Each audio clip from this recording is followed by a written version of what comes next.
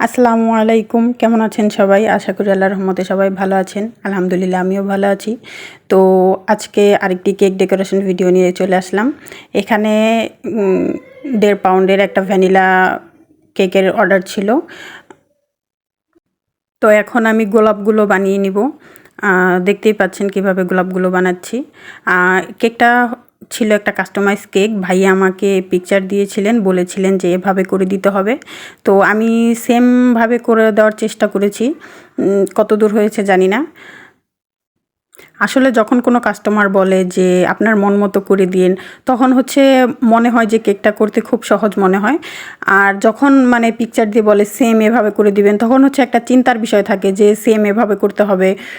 তো আমার গোলাপগুলো করা শেষ। এবার আমি চেরি ফুল করে নিব সেম নজেল দিয়ে। এখন হচ্ছে হলুদ কালার গোলাপটা করব।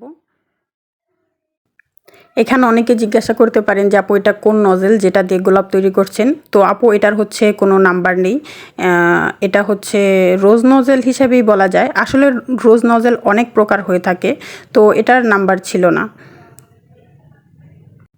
তো এখানে আমি এই নজেল দিয়ে আবার চেরি ফুল দিয়ে দিলাম। এই তো মোটামুটি ডেকোরেশন শেষ। এবার হচ্ছে আমি পাতাগুলো দিয়ে দিব। আর দেখতেই পাচ্ছেন মাছিগুলো কিভাবে আমাকে বিরক্ত করছিল, বারবার শুধু তাড়াতে হচ্ছিল। এখানে একটা হ্যাপি বার্থডে টপার বসিয়ে দিয়েছি। আর কাস্টমার ভাইয়া যেটা লিখতে বলেছিল আমি সেটাই লিখে দিয়েছি।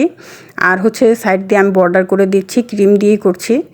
এটা সামান্য একটু আপনার পাইপিং ব্যাগ কেটে নিলেই হবে গোল করে, আর কিছু করতে হবে না। তো এখানে আমি সুগার বলগুলা দিয়ে দিচ্ছি।